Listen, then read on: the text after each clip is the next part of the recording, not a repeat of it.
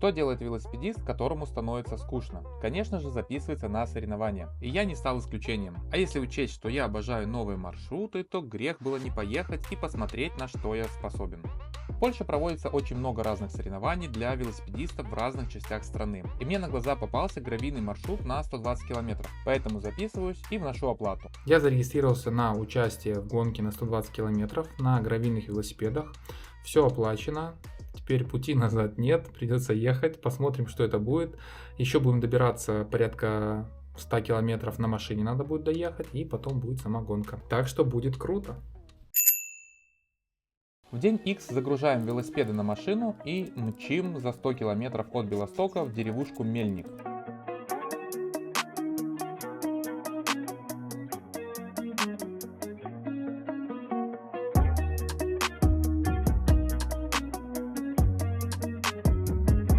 Вот мы приехали в место старта нашей сегодняшней гонки. Здесь, короче, куча народу уже собирается потихоньку. Смотрите, сколько велосипедистов. Такая уже начинается немножко движуха велосипедная, интересная. Ну, правда, холодно, сейчас 6 градусов.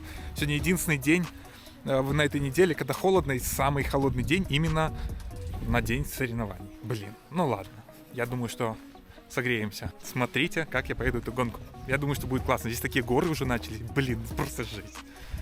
Это мои вторые соревнования. Первые, правда, прошли не очень. Ехал я 80 километров по лесам. Трасса была для МТБ, но мой МТБ, мягко говоря, был не для этой трассы. И я сильно устал, замерз и не получил какого-то удовлетворения от этой поездки. А в этой гонке я планировал, что будет иначе. Так и вышло. Короче, сейчас уже стартую, буквально через минут 7.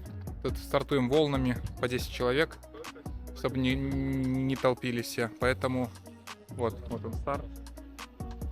Сейчас вот следующая волна идет. Ну посмотрим, вроде уже потеплело, так что должно быть нормально. 5, 4, 3, 2, 1, старт! Powodzenia!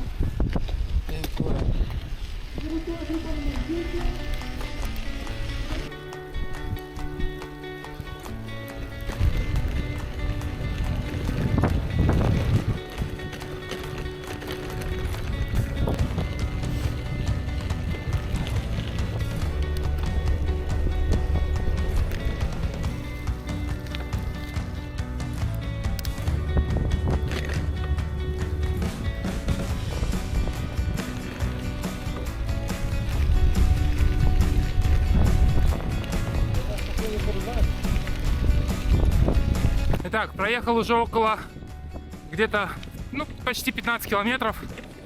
Вначале срезал 40 километров и потерял минут 5 на возвращении. Пропустил поворот. В общем-то и целом дорога нормальная, гравейка более-менее ровная, немножко песка. В общем, все хорошо, едем дальше.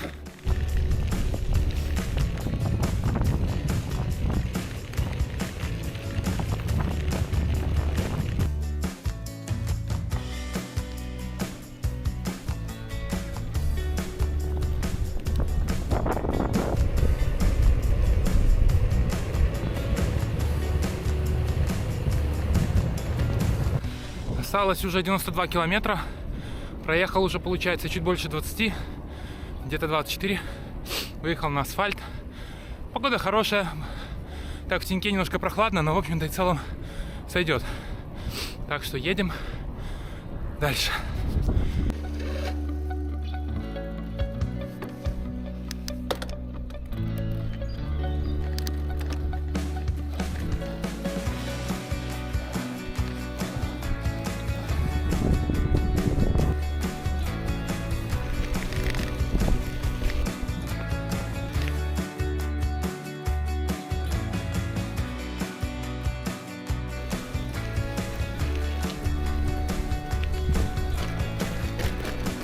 Так, осталось 42 километра. Проехал уже 75,8. 3 часа 22 минуты. Средняя скорость 22,5. В принципе, неплохо для гравия. Сейчас как гравейка была убитая какая-то. Блин, вытрясла все поджилки. В принципе, средний пульс 138, то есть довольно так активненько еду. Хочу посмотреть, что смогу из себя выжить в этой гонке. За сколько приехать по итогу. В общем, в целом нормально. Сейчас выехал на асфальтик, немножко отдохну. Вот. Едем дальше.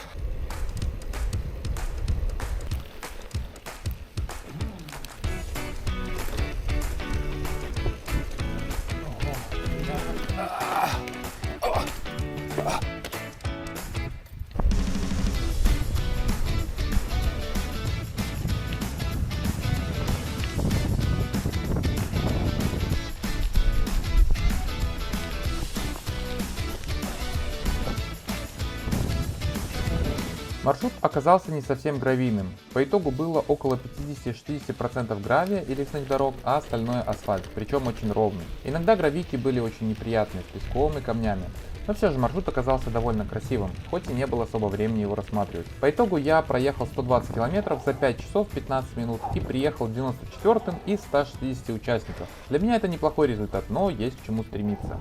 Летом будет еще одна гонка в другом месте, постараюсь там приехать быстрее, чем за 5 часов. Итак, в общем, доехал я до финиша, все хорошо проехал, но у нас проблема. Терялся мой товарищ, с которым мы приехали, Сергей. На 23-м километре пропал от него сигнал, и все, никто не знает, где он. Короче, сейчас поедем искать. Блин, надеюсь, что все будет хорошо с ним. Итак, едем мы уже домой. Нашли мы нашу потеряху. Вот он. Оказывается, у него пробилось колесо и просто потеряла связь. Поэтому паника, отбой. Проехали классно, маршрут шикарный. Всем рекомендую поехать по гравейке. Это прям супер. Поэтому до новых видео. Пока.